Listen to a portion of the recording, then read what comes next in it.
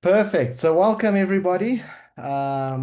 We should be about 45 minutes today maximum, so you guys can then go and enjoy the rest of your Thursday. But for those of us who weren't able to join the session last week, we spoke and we focused on the importance of filtration and what a key component that a filter plays in an aquaponic system, and that a filter isn't just a filter, it plays a really, really critical role in being able to remove certain amount of solids and produce the core essential nutrients that are going to go to the plants. Today, we're going to be building on that. So once that water has gone through my filter into the plant section, it's super, super, super important to understand that that quality of that water is everything. So in an aquaponic system, we are trying to replicate nature as best we can. And the major difference between a hydroponic and an aquaponics setup is that we are incorporating the use of bacteria. Now, the bacteria and the microbes are the heart of the system, and that's what allows us in aquaponics to run at much lower nutrient levels than a typical hydroponics farm. And so the typical flow of an aquaponic system looks like this. We have our aquaculture. That's where I've got my fish tanks, my fish, and I'm feeding my fish. That water is going to go into a solids removal. It's going to go through a biological filter, and then it's going to go to hydroponics, and then it's going to loop back into my aquaculture. But the two components that are often not spoken a lot about in aquaponics is the importance of having a mineralization system, and we'll talk a bit about that later, as well as a place for us to supplement or to add any missing nutrients in my aquaponics system. So the truth is that there are two ways to be able to manage these missing deficiencies. One, which is the most common, is we become proactive or we become reactive. Proactive is something that is learnt over time, where I know I need to add so much calcium or so much iron on this day or that day. But when we start with aquaponics, when we're new, actually, because we don't often have the luxury of fancy test kits available to us, we have to learn to be able to read plants like a professional. And reading a plant is like reading a book. The more you can understand what's going on with that plant based on its growth, based on your yields, the faster you react to it, the better your quality or your yields are going to be. And if we don't pay attention to this, we're going to have stunted growth. We're going to have reduced yields. We are going to have a nutritional decrease in the nutritional content of that plant. So it's like us as humans. If we are not consuming enough of the right nutrients, we're going to get sick. And when we get sick, that's when we start seeing pests. That's when we start seeing mildew. So very often I say to people, if your plants are super healthy, you're not going to see a sickness come in as often. Doesn't mean we don't deal with pests or prevent pests. Absolutely, we do. And we're going to have a whole session on pest management in aquaponics. But the healthier your plants are, you are going to have a reduced amount of pest. But the more proactive we become as we go on this journey, as we um, understand our plants better, the more success you're going to have. And I can tell you my own personal story with this. There have been times that I literally put my hands up and want to give up because I was sold when I started 15 years ago that aquaponics did everything. That's what I was told. I was told that the fish are going to produce enough nutrients and I can grow whatever plants I want. And while I was able to grow some crops quite well, like a basic lettuce could get most of what it needed, the moment I started growing other crops like cucumbers, peppers, certain herbs, basil, I started realizing my plants weren't as good. And I started to question really what was going on. And so I started to really do a lot more homework on this graph. Now, this is what scared me. And if this takes you back to school, takes you back to periodic tables and all of that, then join the club. This can become overly complicated. But what you'll see is there are certain elements that are highlighted that we have to focus on. And we're going to reduce this number as we go through the course. We're going to reduce it down to really only a few. And if you get those few right, then your system is going to work extremely well. So while a lot of these elements, plants are dependent on 17 of them as core and essential, we can break these down into different groups. We have our non-minerals, we have our primary, secondary, and micro. Now, what I want to make very clear, secondary does not mean not important. Micro does not mean not important. It's these nutrients are all as important as each other. The question and what we need to understand is how to get the balance right between them in the right proportion in order for my farm to be successful. So let's talk just a little bit about what these nutrients are and why they are so important. So the first one that we know about is nitrogen, nitrate. This is the primary nutrient that is being produced through my filtration system and my fish. In aquaponic systems, 100% of my nitrate is produced by the fish. Okay? That's why it's so important to understand the balance of fish needs to be sufficient in order to generate sufficient nitrate.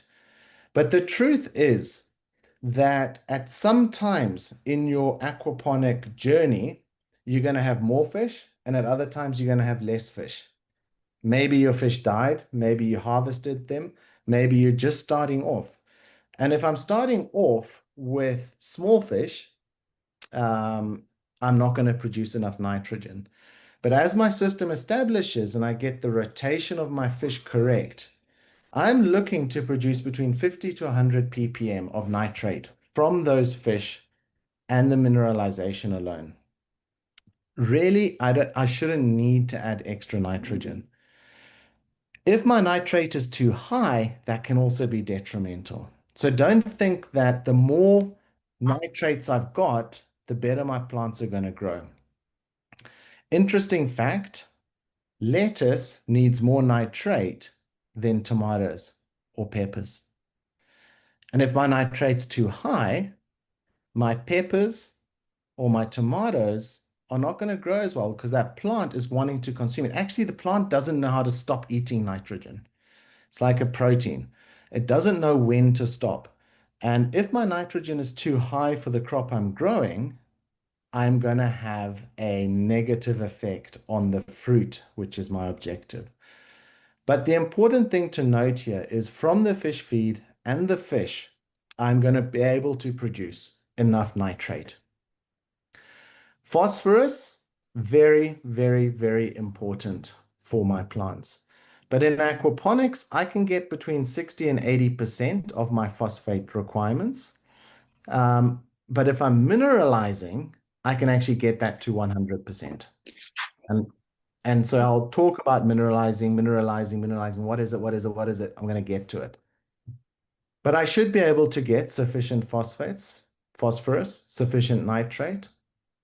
But when it comes to potassium, actually, the amount of potassium in my fish feed is very, very low. Now, there are some feed manufacturers that are starting to add more for the purpose of aquaponics. But the truth is, we're in Africa. The truth is, we're lucky if we can even find fish feed. And more often than not, we don't have a choice of what fish feed we're using. So the reality is, there is going to be a major deficiency of potassium in my system. I'm going to have to address it. All right. Because there's not going to be enough. If I look at the non-minerals, phosphorus, potassium, nitrogen, secondary, there we go. Calcium, again, only maybe 1% of my fish food contains calcium. That's not enough. That's not going to produce nearly enough of the calcium needs. It produces some, but not enough.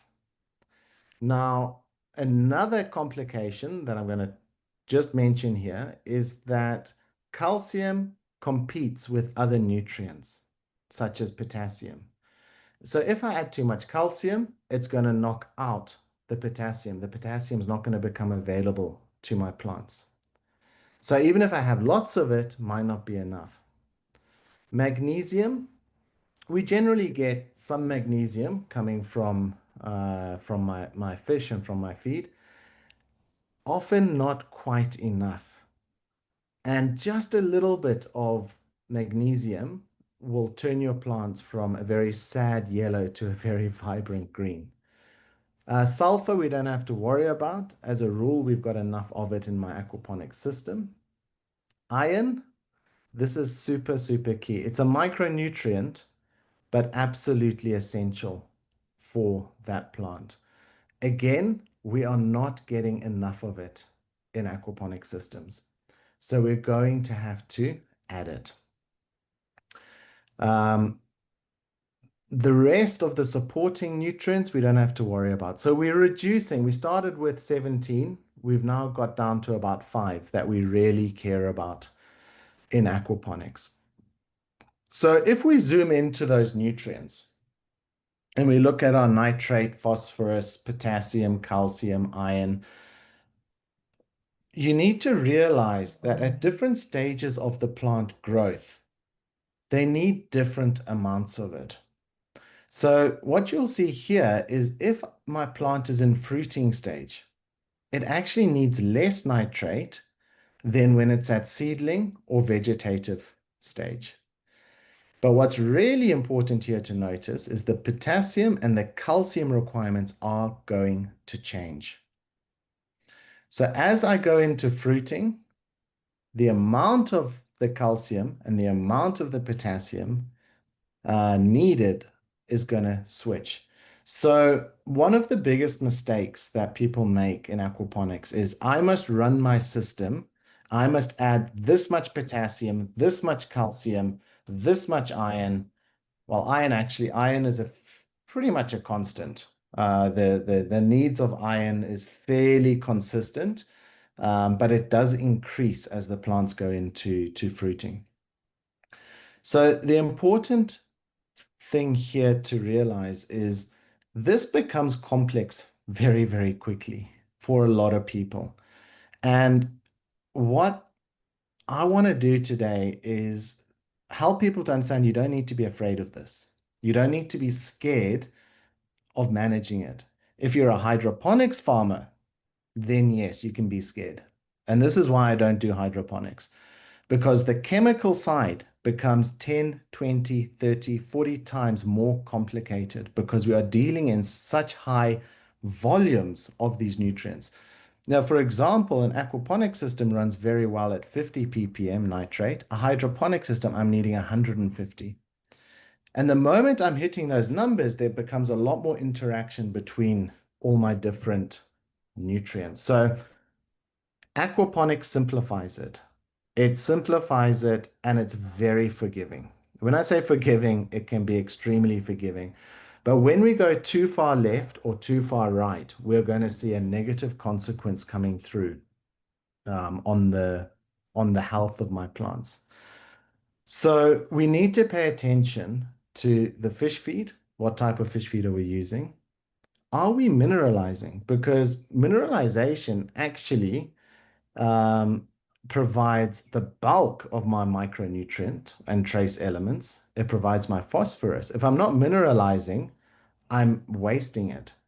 And I'll talk a little bit about what mineralization is. So in my aquaponic system, my fish waste from my fish should never go to the plants. That's rule number one. If that raw waste goes to my plants, it's going to block and starve the roots of my plants can't breathe, they can't feed. So I remove that fish waste in a mechanical filter. That's why we have a mechanical filter. Now, a lot of farmers throw that fish waste away, which is a big mistake because what remains in that fish waste is not so much the nitrogen. The nitrate comes from the ammonia. The ammonia comes from the respiration of the fish, less so from the waste of the fish. So when we capture that fish waste, and we process it in a form called mineralization. And it's a very simple process. It's literally putting it into a container, providing aeration to it, and feeding it a little bit of food in the form of a sugar or molasses. Normally we use a blackstrap molasses, very small amount. The bacteria very quickly get to work on that fish waste. They break that fish waste down into a soluble form or a liquid that can then be added into my aquaponics.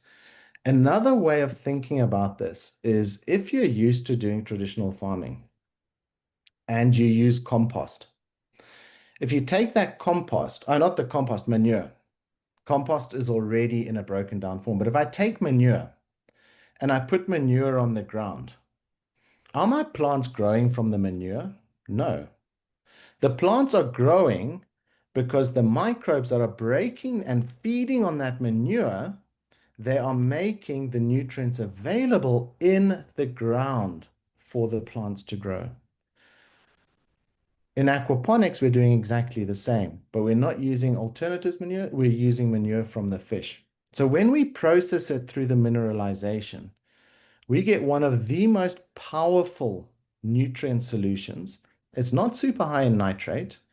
It's got the right balance of phosphates. It's got a little bit more calcium and potassium and other bits, but just mineralization alone can reduce the 20% nutrient deficit to 10% on aquaponics. The 10% that's remaining comes from dosing and supplementing and foliar feeding. Some nutrients will spray onto the leaf of the plant and let the plant absorb it through the leaf. Some nutrients we're going to add to the water so the plants can get access to it from the core water body. All right. So I'm going to skip to this chart here. This is called the Mulder's chart. This chart alone also was enough to scare me. Between this and the number of different nutrients, then I have to add in this complexity. What this chart is showing you, and the main takeaway, is that all nutrients interact with each other.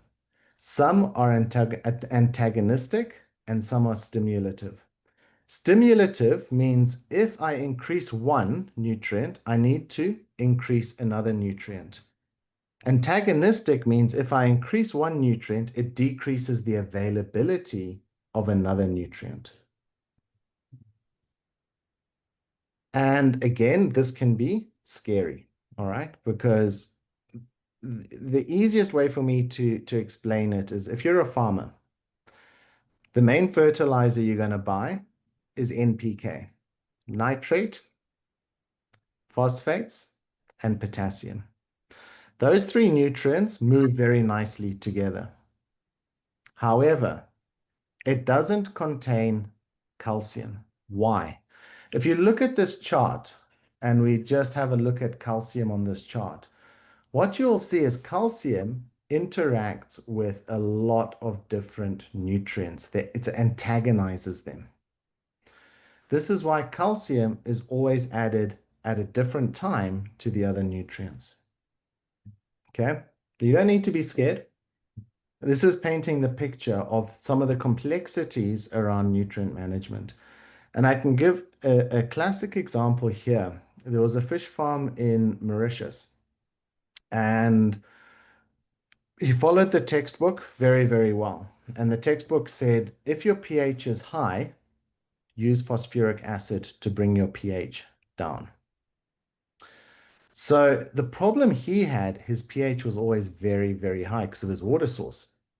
And it was very, very high in calcium as well. And so he was adding and adding and adding the phosphates.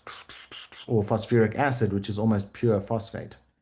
The phosphates were sky high, and I'm talking over 150 ppm.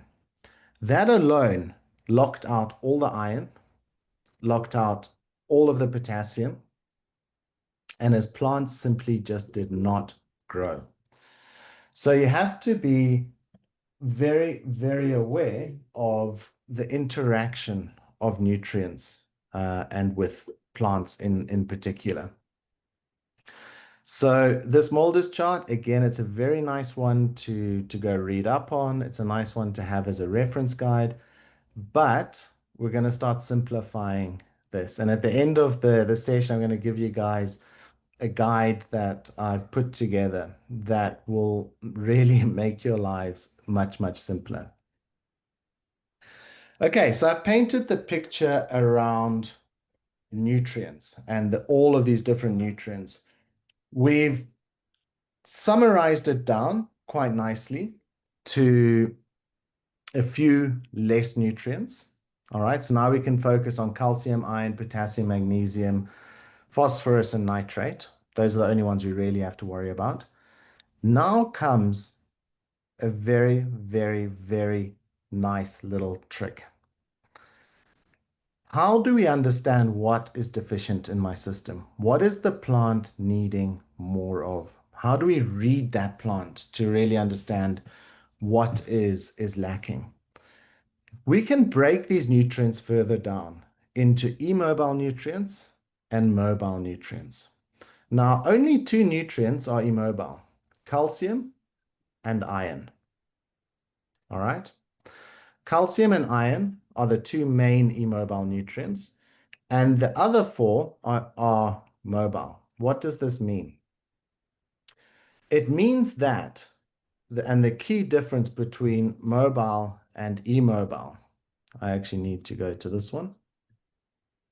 Yep.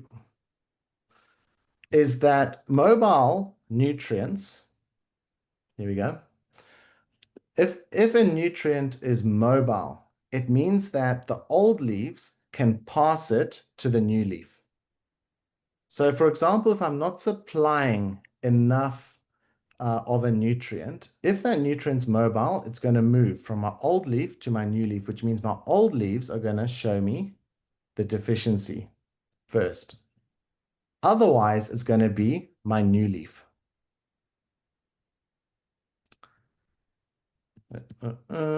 Here. So calcium and iron are going to show on the new growth of my plant first, before the old leaves do. Whereas potassium, magnesium, nitrate, and phosphates are going to show on my older leaves. Why? Because that nutrient is being sent to the new growth. So when you identify a nutrient deficiency, when it first starts, you will notice some leaves look very healthy. Some leaves don't look so healthy. They're either the new ones or they are the old ones. If it's the older leaves showing me a nutrient deficiency, straight away, I only have to worry about those four. And how do I identify which one is missing? If it's the new leaf, it's going to be iron or calcium. The longer I leave it, eventually that deficiency will spread across the whole plant, and it's going to become much more difficult for you to pick up what the deficiency is. So you need to understand that understanding what's mobile, what's immobile, is very important to quick identification of a nutrient deficiency. And yes, sometimes I will have a nitrate deficiency. That's very common in new systems that are not established, or the fish is not enough, and I will have to supplement it.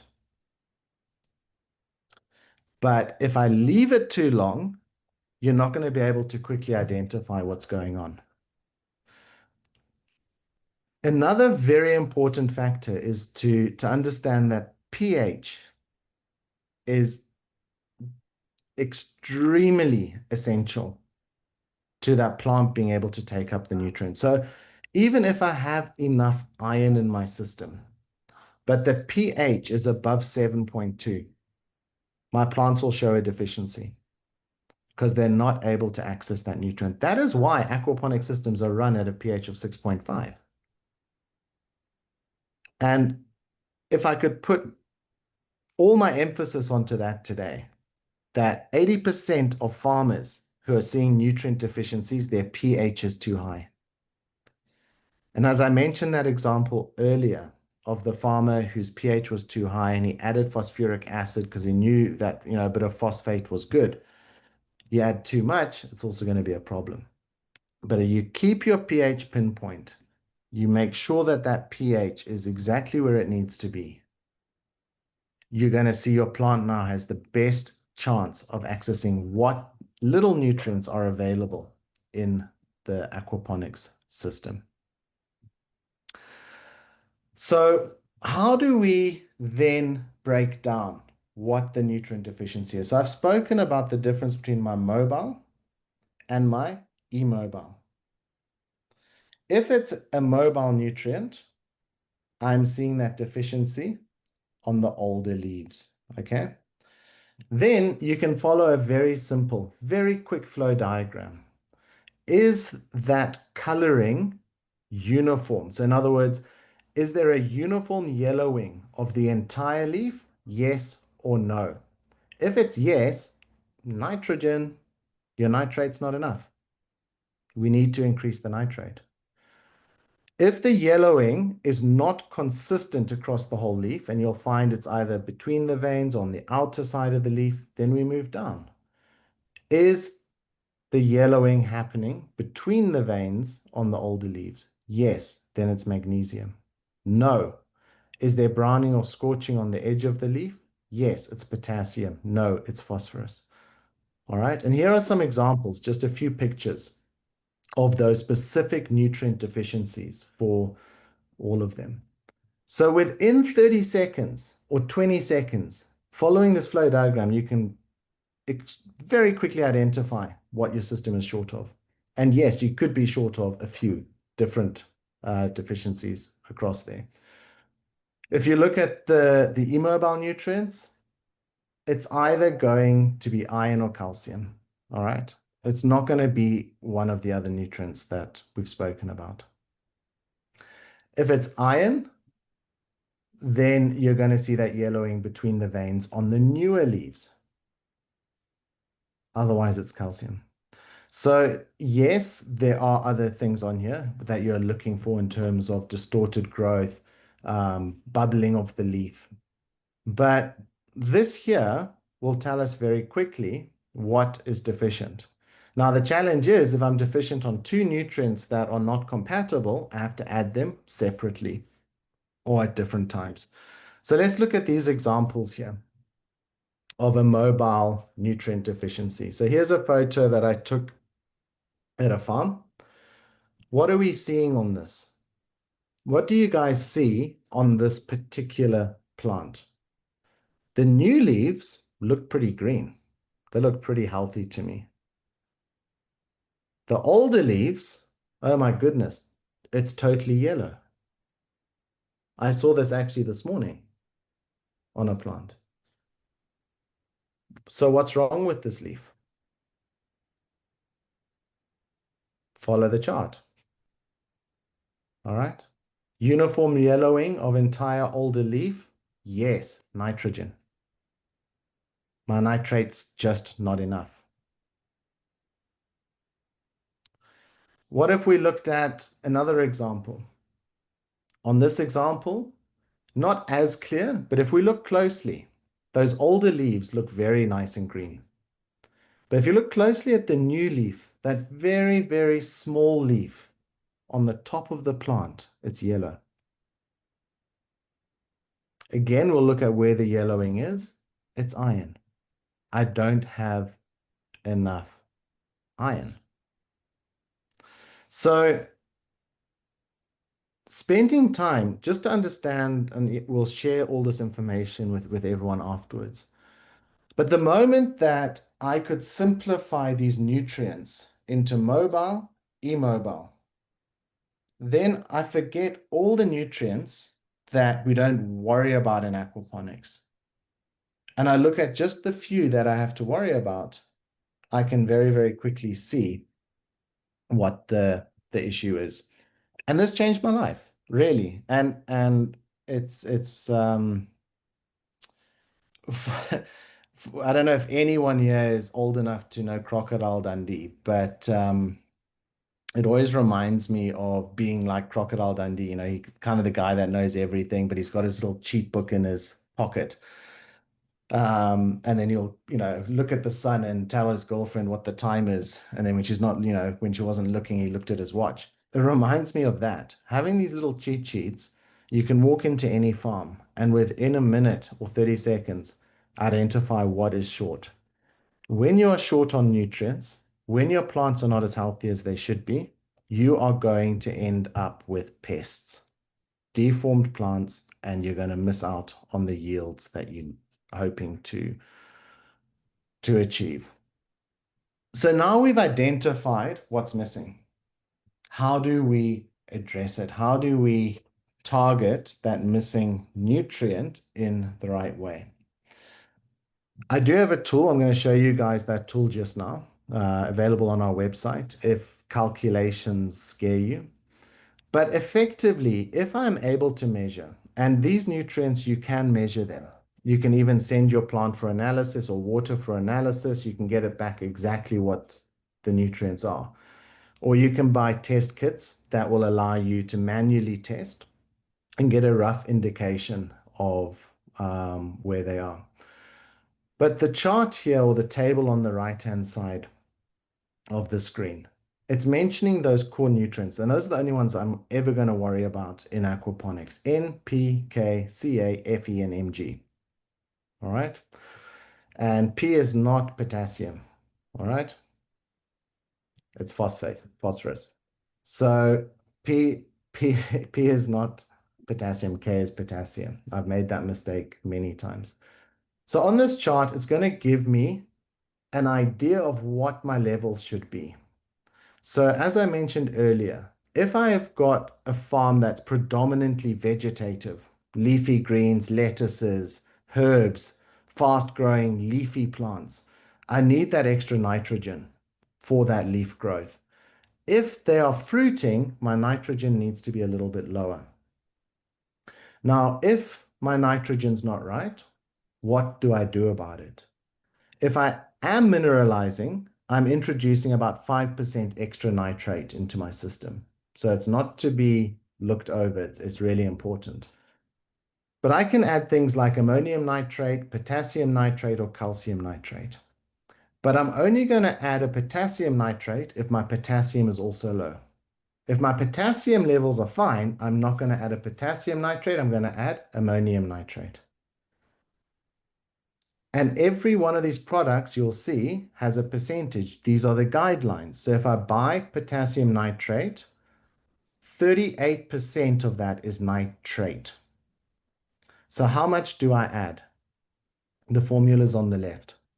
The grams that you're going to add is the target ppm, how much you're wanting to lift the ppm by, times the number of liters of water in your entire system. So that's your fish tanks, your grow beds, all the water in your system, times that by 0.1 divided by the percentage. That's going to give you the grams of how much of it you need to add. This table here, for me, should be printed out and stuck on a wall. It's the same for my phosphates. All right. My phosphates for leafy and fruiting doesn't change. It should be in the region of about 16 ppm. But here's what is important. Remember, I told you that the more I add of one nutrient, the more I need to add of another nutrient. Okay. This is one that moves with nitrate. So it's a ratio of 1:5 to my nitrate. So that's why my nitrate is at 80 ppm, my phosphates at 16 ppm. That's a 1:5 ratio. If my nitrate is higher or lower, I need to either adjust one or the other, but I want to keep the proportion the same. This is very important. The ratio interaction between the nutrients. Now, what I've done is I've converted everything relative just to nitrate. But you'll often hear that potassium and calcium has a ratio. It does. But the ratio will start actually from what my nitrate is. So if I look at my potassium in leafy normal products, at a potassium of about 64 is normally fine. If it's fruiting, I need to lift that to about 78. So my potassium now is higher than my nitrogen or my nitrate, sorry. That's the ratio, 1.3 of N. Are you guys following me here?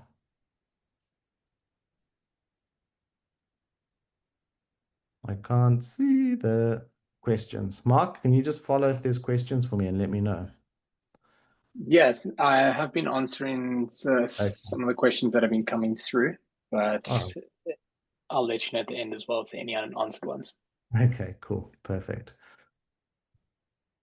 All right.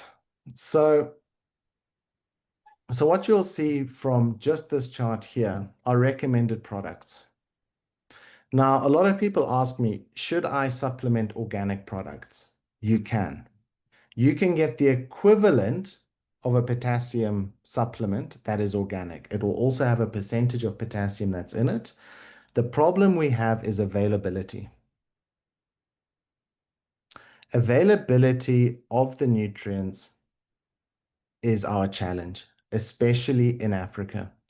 So while I would love to be supplementing organic nutrition, it's not always available. And at such small doses, running at 60 ppm, 80 ppm, it doesn't harm my fish. It doesn't harm my bacteria.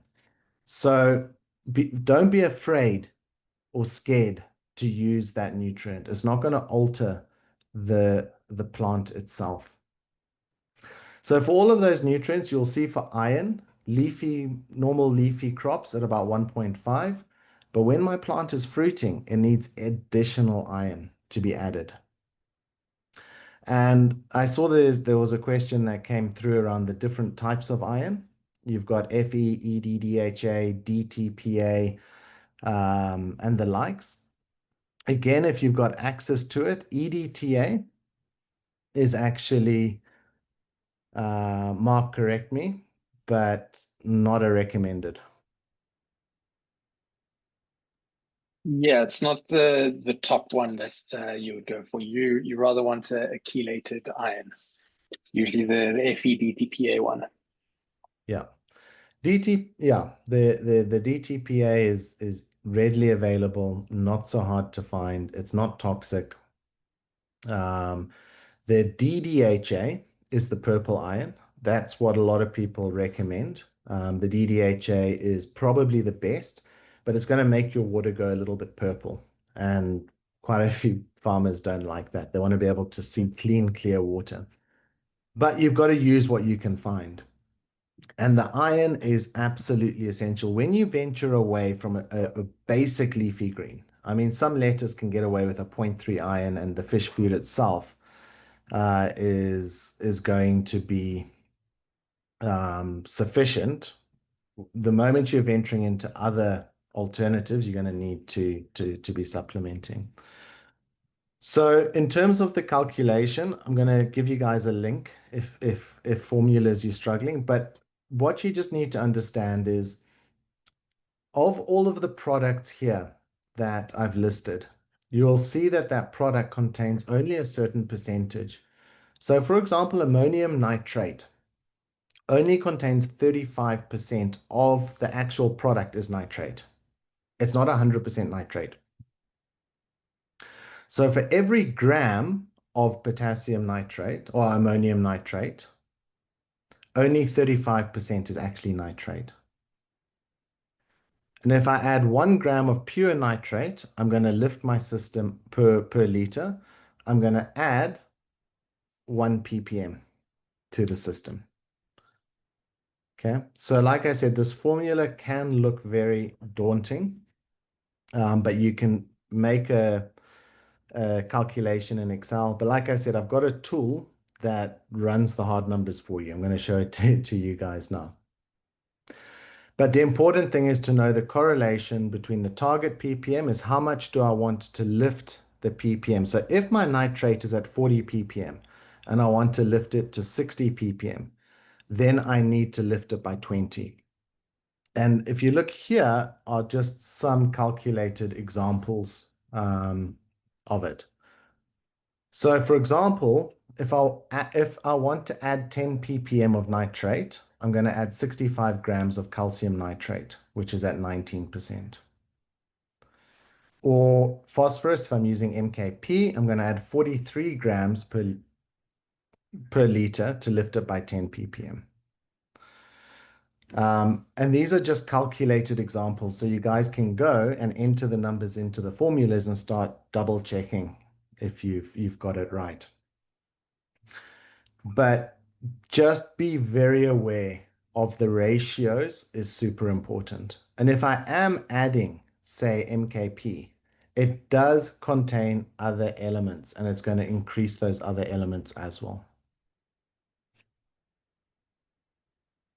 All right, but I'm going to show you guys a tool that I think if you're really stuck, um, then it's going to be very helpful for you to calculate how much to add of what. So I mentioned the whole concept of mineralization. The mineralization closes the gap between a lot of missing nutrients. This is the process. This is the formula. So I'm going to have a container. Normally it's about a 200-liter container. I can add 125 mils up to 200 mils of molasses per 100 liters of fish waste. I insert a bit of biosurface area. That can be any sort of matting or fish net or shade net, anything for the bacteria just to have a home to keep surviving in. I provide air to it. And within 12 to 24 hours, your fish waste, which used to smell like fish waste, will actually start smelling like compost. The raw solids will separate. The liquid on top is what you can literally scoop out and add back into your system. You don't have to measure so much because it's going to do is boost the phosphates, boost a bit of the nitrates, and add a lot of your micro elements that are missing from your system. So to start summarizing what we've spoken about, these are your most common deficiencies: iron, calcium, potassium, and nitrate or nitrogen.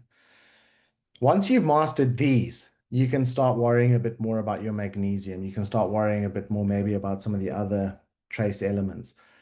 But master these core elements first, because this is going to change your system literally overnight. Within a day or two, you can see unhealthy turn healthy, deficiency to resolved. So please focus on these core nutrients, which are absolutely essential to the health and growth of your plants. Okay. The old school philosophy, if my plants aren't looking healthy, add more fish. Not so true. All right, we've discussed that. It might be a problem, but what you really want to do is focus on all of the different stages of your plants. What stage are they in? And it gets a little bit complicated where, for example, in an aquaponic system that I'm growing a wide range of crops, you might get to a point that being able to give exactly what's needed to one, you might not be able to the other. That's when you can foliar feed.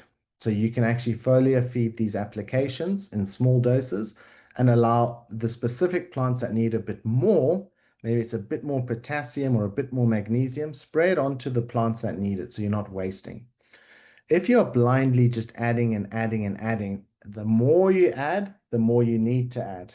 All right. So be very careful that you're not over adding into it. So get your pH right, and 90% will come right. If your pH is not right, you're never going to get your nutrition right. Get your pH right. If you can't find a good acid, buy pool acid, use pool acid.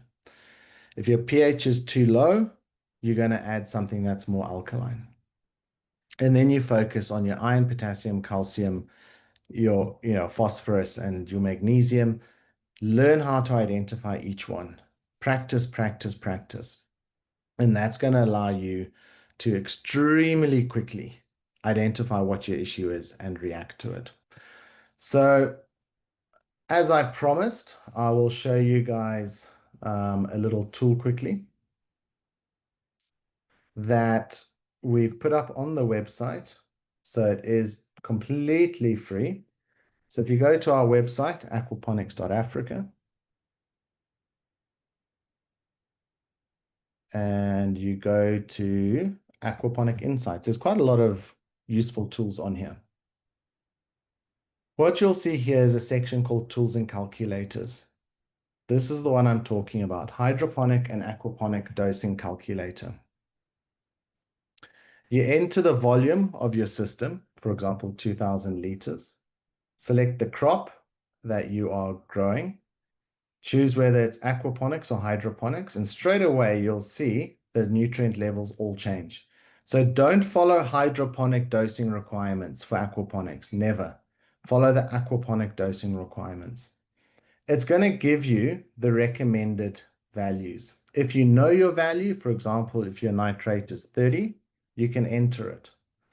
On the right-hand side is preloaded available nutrients.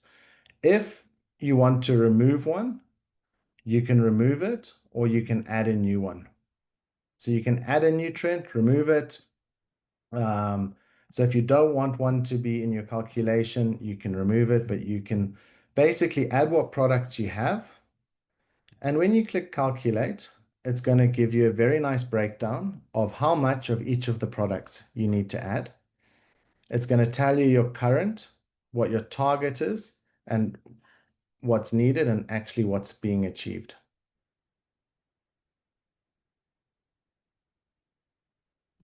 So it's going to tell you exactly how much. Then it's going to warn you about which nutrients are not compatible. So for example, calcium is always added separately. So my calcium chloride is added separately to my potassium focused and my micronutrient focused. And it's going to give me a maintenance schedule on how to maintain those nutrients in the system.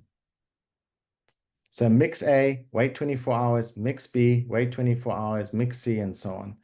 So if the calculations you're struggling with, just go to the website. There's a tool there that is going to really help make your life a bit simpler.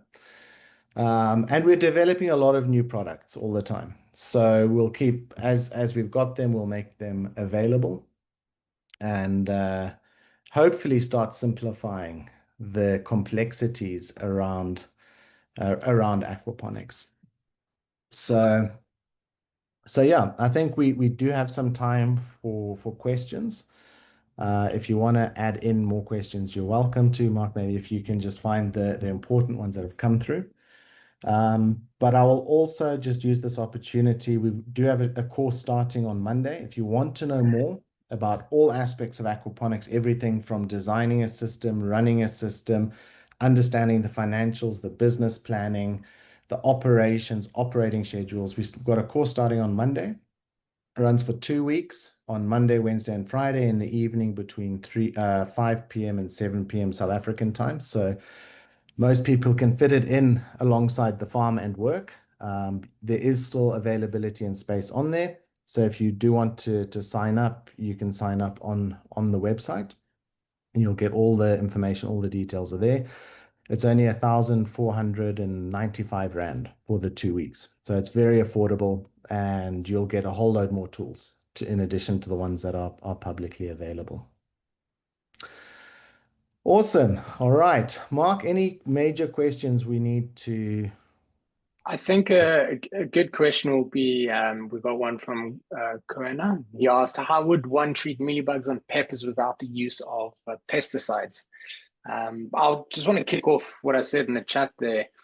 Firstly, if you've got the correct nutrients and pH in your system, then your plants are actually going to be able to create complex sugars inside them, and they're not going to be nutrient deficient and weak, and showing those different colored leaves that Justin was sharing about and teaching us about today. And when those plants are able to create those complex sugars, they're able to actually, those sugars are poisonous to the pests that are in the system because they have such simple digestive systems. So your first defense is always having the correct pH, so those nutrients are available, and then your plants are able to absorb the right nutrients, be able to create those complex sugars. So that will be like the first defense against it. But Just, you want to share anything about spray plans for how we can actually treat it once we have them That's a in the separate system? that's a separate webinar. So we can probably prioritize that one in a few weeks' time. But talking about spray programs, schedules, what to spray, we'll be here for another 45 minutes or an hour. But just my thoughts on mealybug is one of the worst that you will get. I have found that diatomaceous earth is very cheap, and you can spray that over the plants. It does help to kill them, but the bigger ones you're going to have to manually remove. So get your nutrition right. It's going to help. You're going to have to manually remove the mealybug. They're one of the worst pests in aquaponics because they have such a thick defense system around them. So you might have to manually remove, but diatomaceous earth, try that. I think you're going to find it's really going to help. So, and then there was one earlier which did answer, but what's your thoughts on worm tea and adding that to the system or foliar feeding? Good question. So worm tea is phenomenal. Worm tea is by far an incredible supplement in an aquaponic system. The challenge comes, we don't know exactly what is, every worm tea is different. But what I have found is looking for an organic supplement, that worm tea can be a fantastic foliar feed. So you dilute that down, probably like at least 1 to 20, 1 to 50, and use it as a foliar feed on your plants. Your plants are going to get a lot of those trace minerals, trace elements from it. You can also do compost tea. Compost tea can also help bridge the gap.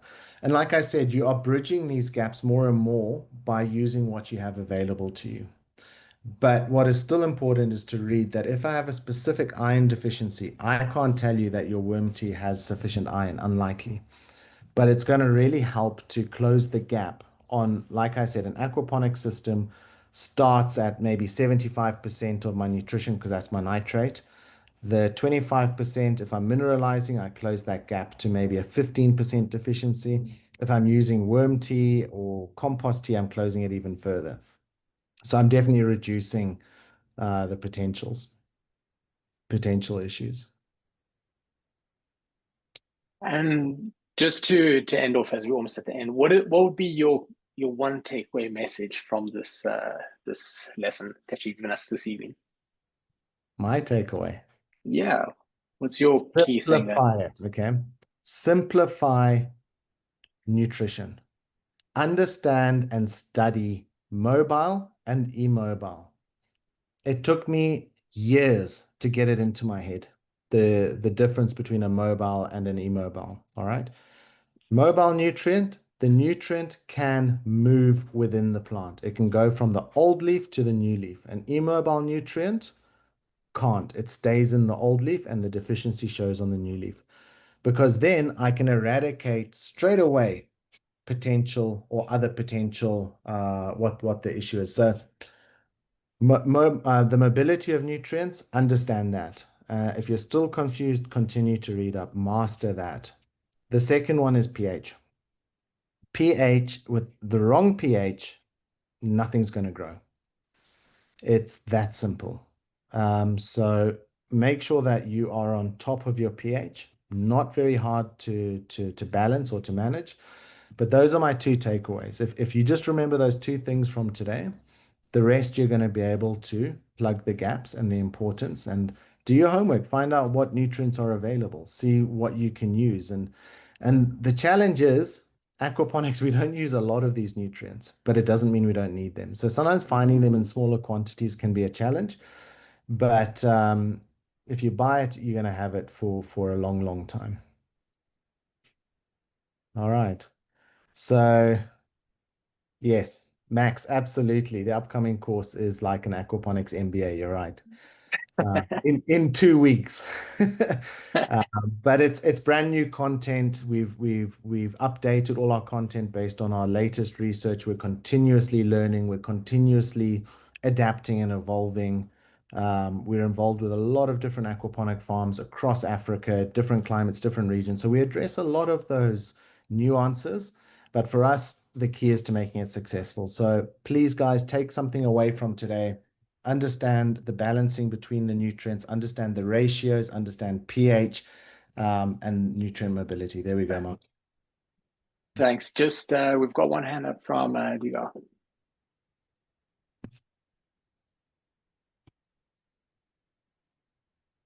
Have you still got your hand up? Or was your question answered about the hydrochloric acid?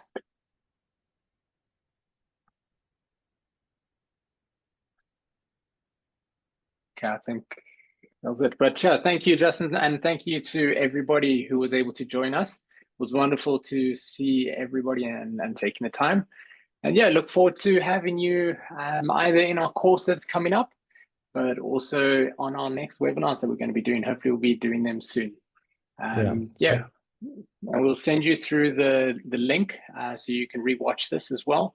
And if you got any questions, please shoot them through. We're more than happy to answer them as well. So yeah, thank you so much. Yeah, and we'll be emailing everybody on here the presentation as well as the guide. The guide is your pocket cheat guide for everything we've spoken about today. So we're going to send that through to all of you. So enjoy it. And yeah, thanks very much for your time. Thanks for joining us. And we're excited to see you on the next session, which will be after the course. So that's going to be in probably 3 weeks' time. We'll be doing another session. And send your request through what you would like us to talk about. But more than likely, we'll pick up on pest management, pest identification, pest control, what can we use, and all of that. All right. Excellent. All right, guys, from all around the world, thanks for joining us. I even see we have Henk. Henk, thanks for your time today. Henk's also an absolute guru in aquaponics down in Stellenbosch. So guys, thank you very much for your time today. Thanks for listening and yeah, subscribe to us, follow us. That's the only way you're going to hear about the next webinars. Awesome. Bye. Bye-bye.